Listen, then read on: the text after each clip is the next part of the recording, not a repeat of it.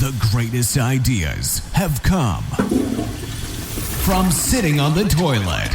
Every day, some company, individual, or group is known for giving the public a load of bullshit. Come here to get your daily dose of shit by Alan Cousin. It's time you hear the shit everyone wants to know.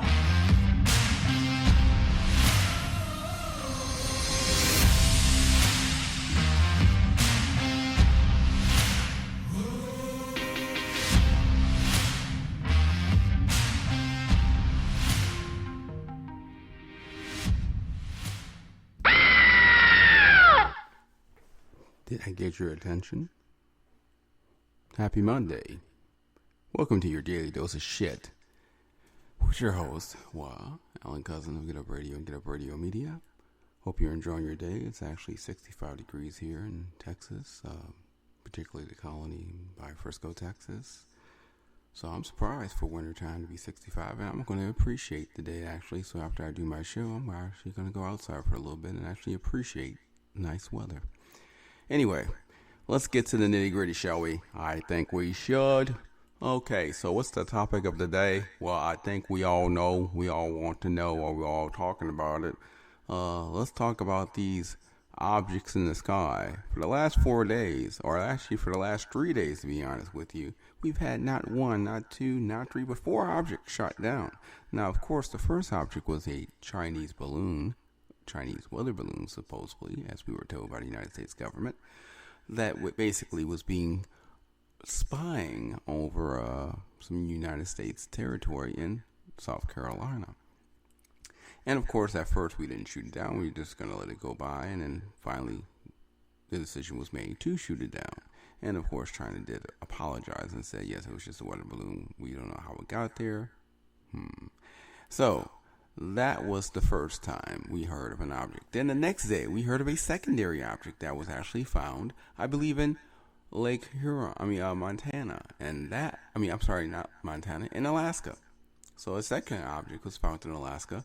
And this time, they didn't tell us what the object was. All they said that it was shot down by military jet fighters from the U.S. as well as military jet fighters from Canada. And that's all we heard. And then the third time, we had another object supposedly in the sky that was found and shot down by Montana.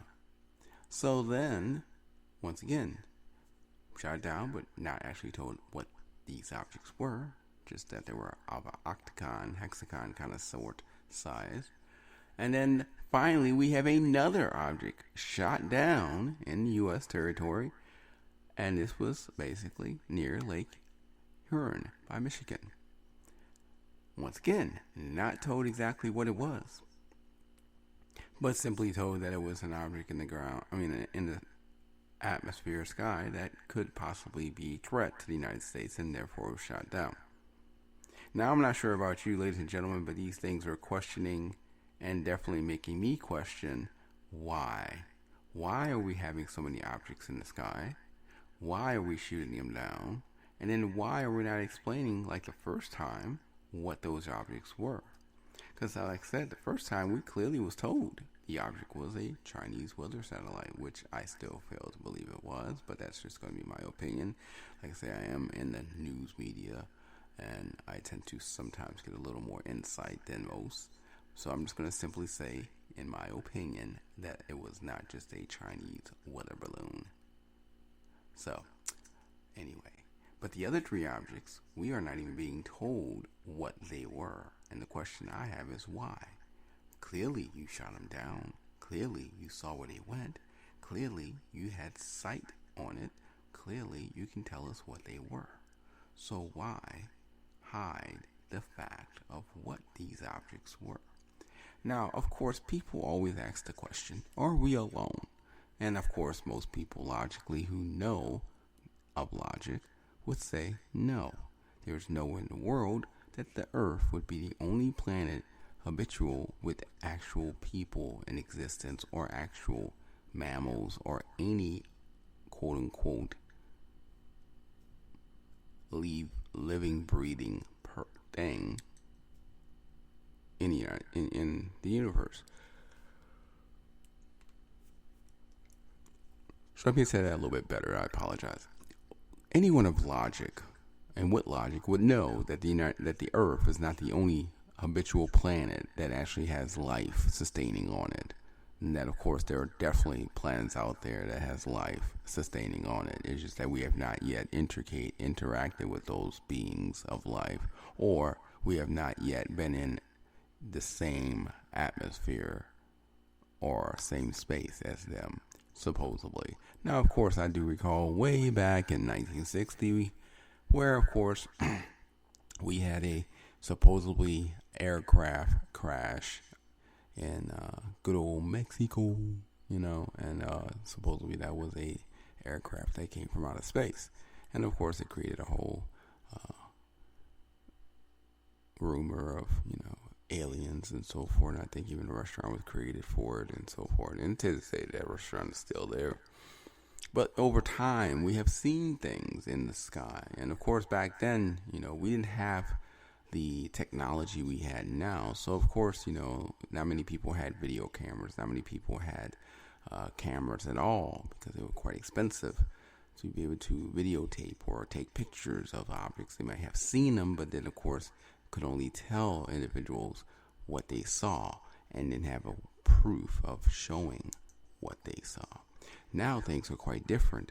We have smartphones, we have cameras, we have electrical cameras, we have video cameras. We have technology that is so advanced for humans, that we can actually catch something on film, and not only catch it, but can actually post it immediately on social media platforms for others to see. And I have seen, as of course being with the media, I tend to keep track of certain things and certain objects that are of interest to me. And I've noticed that, especially in Russia, especially in Israel, especially in Argentina, especially in Alaska and Antarctica, they've seen quite a lot of objects in the sky. Objects that are quite fast, objects that are quite large, objects that are of different shapes that clearly show that they are not made or created in the United States of America.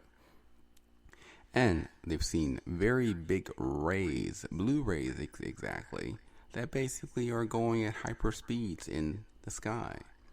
Now, of course, we are now told, of course, that these are just conspiracy theories, or that these are figment of my imaginations, or maybe weather situations that make us believe it's something of a ship, but it's just simply electricity or weather or some form of cloud that appears to be the formation of a ship. At least that's what we're told, right? Now, my thing is this. We all know logically that there are more people, more habitual living specimens and individuals or living objects out there than us. I mean, I still remember the great information of knowing about Mr. Admiral Richard E. Byrd. Admiral Richard E. Byrd, have you heard of this man? Hopefully you have. I would think you should, because of course he was very, very credential and very, very informative and very important to the United States, because he was there during World War II, and because of his credible details and his writing skills, he always was able to help the United States to be ahead of the game, and actually because of him helped the United States to win the war against Germany, because of his incredible details in explaining everything that he saw and the surroundings he saw, or the opportunities and openings he grafted from surveys whenever he was in Germany or near Germany, to try to discover how we can infiltrate Germany at that time. So basically, he helped greatly. Well, while he was leaving, heading back to the United States, his plane crashed. And unfortunately, it crashed in Antarctica. Not a place you want to crash. Trust me. Not many people out there, no tow trucks, no mechanics, simply, mostly penguins, fish, and ice. Well, of course, he crashed. He's by himself. He's trying to find shelter. He's trying to basically just survive, right? And he sees this cave-like hole. He goes down the cave-like hole, continually walking down miles and miles. Notice that it gets warmer, so he keeps walking down. Well, as he's walking down and it gets warmer and warmer, he sees this other quote unquote hole that's faint but captures his attention. And as he walks towards that hole and pushes through, because it was supposedly covered by a lot of leaves and trees and so forth, when he went through the other side, he stated that he saw something he never thought he would ever see or could imagine. He stated, Admiral Richard E. Byrd, that he saw a jungle, an Amazon jungle, deep beneath the earth. And of course, as he saw this jungle, which was quite warm, also he noted, this individual approached him that was over 10 feet, almost 12 feet tall, and said, "What are you doing here? You're not supposed to be here yet." And he explained himself, of course, because, being that he was an admiral in the military. And in doing so, the individual or being that he met simply said, "Oh, okay, well, you can stay with us for a while, and then we'll see about fixing your aircraft so you can be on your way." And he did. Supposedly, I believe he stayed anywhere from 1 to 2 weeks, if not a month. And then afterwards, he left. And the beings did actually repair his fully functional aircraft to fly again. And Admiral Richard E. Byrd did fly and went back to his base. But of course, detailed everything he saw in that underground jungle and explained to his commanding officers everything and anything he did see and hear and what happened to him. Now, granted, they put him in a bunker and said, "Okay, we're going to go to this latitude and longitude area that you explained," because, of course, as I told you, Admiral Richard E. Byrd was quite detailed in making sure to write everything and anything down appropriately and correctly. And he did. And so, of course, he waited in that bunker. And about a week later, his commanding officers came back. And this time they came back with attorneys. And they simply told him, based on the information of investigation, we would like you to now correspond in filling out a non-disclosure agreement that will be a non-disclosure agreement life term, meaning that he could never tell anyone anything he saw or write anything about it, produce a film about it, a documentary, or nothing, as long as he lived. Think about that. He was told he had to fill out a non-disclosure agreement, an NDA, for life concerning all the information he gathered and gave to them about this incident in Antarctica. Well, of course, Admiral Richard E. Byrd retired, and then he lived on, and then finally he did pass away. And he did not, during his lifetime, ever talk about any of the information in written form, documentary, or film, or video. But he found what they call a loophole in the agreement. He, upon his death, willed his documents and diary to his son and informed his son of what information was in that specific documentary diary. And his son went to a publisher and got a book published based on all the information written in that diary. Now, of course, once that book came out, the government was all over it. Lawyers were already approached. The lawyers was already given calls, and lawyers, of course, contacted the son of Richard E. Byrd, Admiral Richard E. Byrd, notifying that they must take that publishing book off the sales and off the books and could not be given opportunity to be published. Then they were, of course, informed by the publisher's lawyer that they had a contract with Admiral Richard E. Byrd, not a contract with his son. So therefore, they could not stop his son from publishing this book. And then, of course, the government and various papers very quickly talked about how this book coming out was just a simply conspiracy theory and basically non-informative, and just some individual who was in the military but then it's, started to have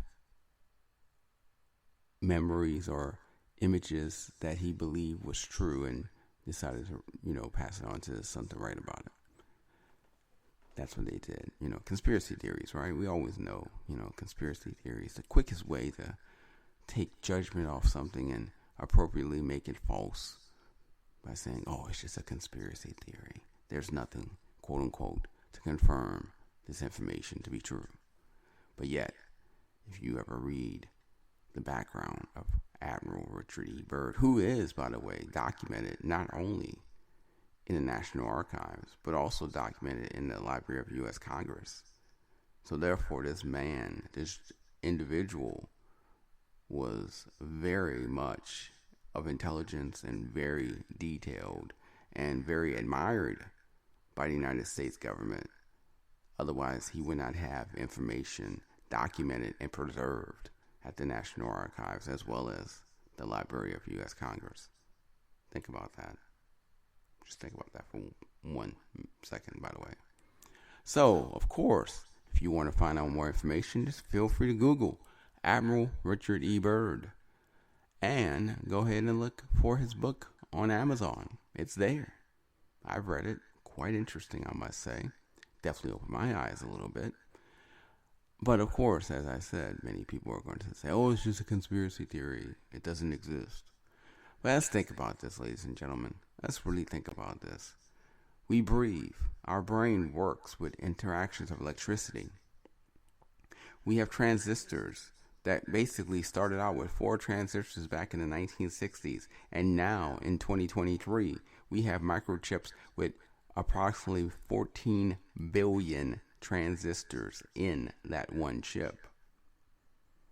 Silicon has been used especially to make chips more valuable in transmitting information at a ridiculous speed, to the point where now computers of 1960 are now computers in our hand, in the palm of our hand. So think about what we have accomplished simply in 63 years. So why would you not believe that there's not opportunity, logical opportunity, that existence of life is outside of our earth, and that they can and will visit us at times? Why would you not think the possibility is there? Unless you just simply are so aromatic or ignorant or self-narcissistic to believe that you are that important in this life, and that God chose you, or Yahweh, or any the gods you believe felt you were only important enough to create your form of life and no other. I mean, we have deers, goldfish, dogs, cats, rabbits. Even water has chromosomes and protozoa. We have viruses that emits from fungi. I mean, we have many forms of life because all those things I just said are living. When you catch a cold, it's a virus. It's a living virus. A living virus that instinctively has a brain of its own to try to survive within your brain and your mind and your body, so that you cannot get rid of it.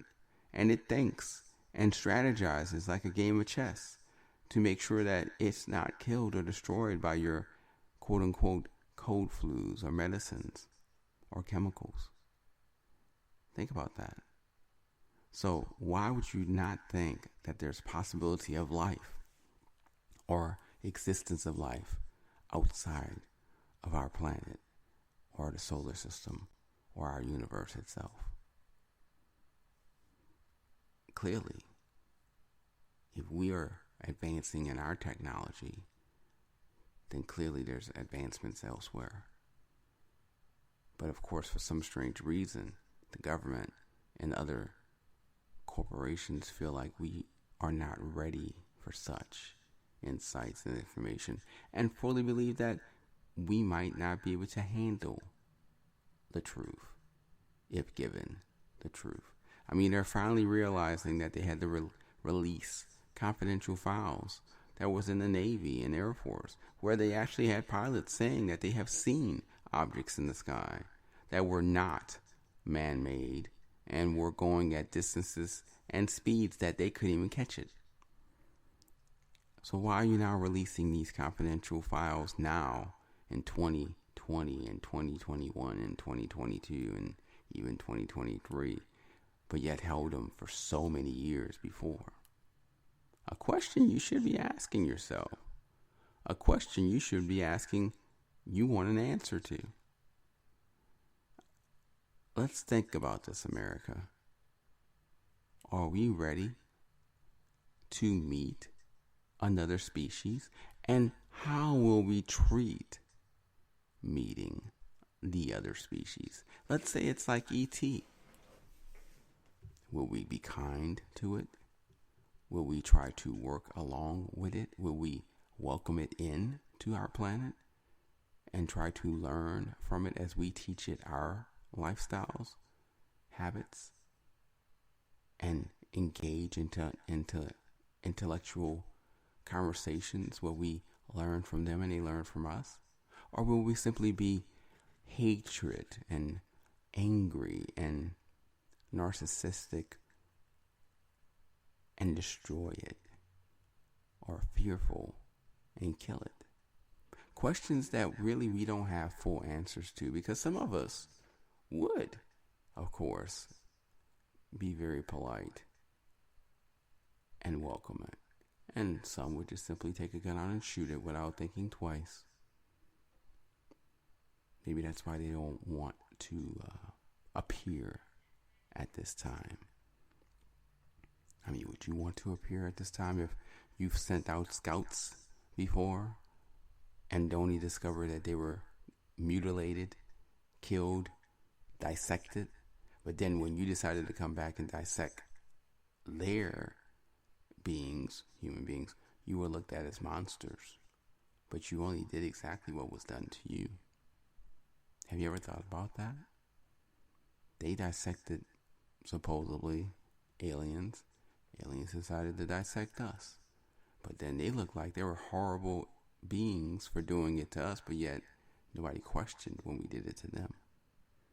Or do we even know that we did it to them?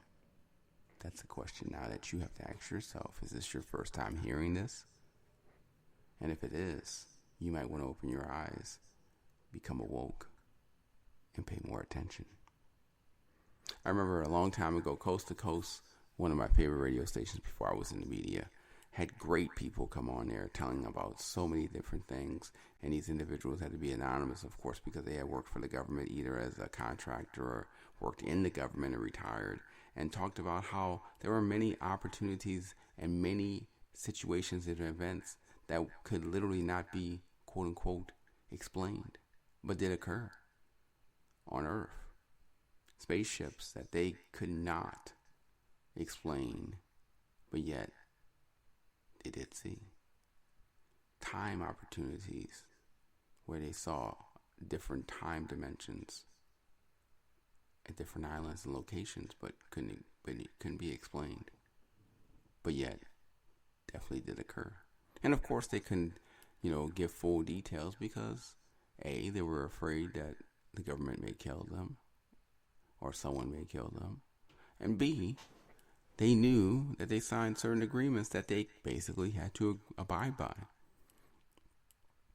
But have you not thought about what secrets are still being hidden from us, the citizens of America, or from just people in the world?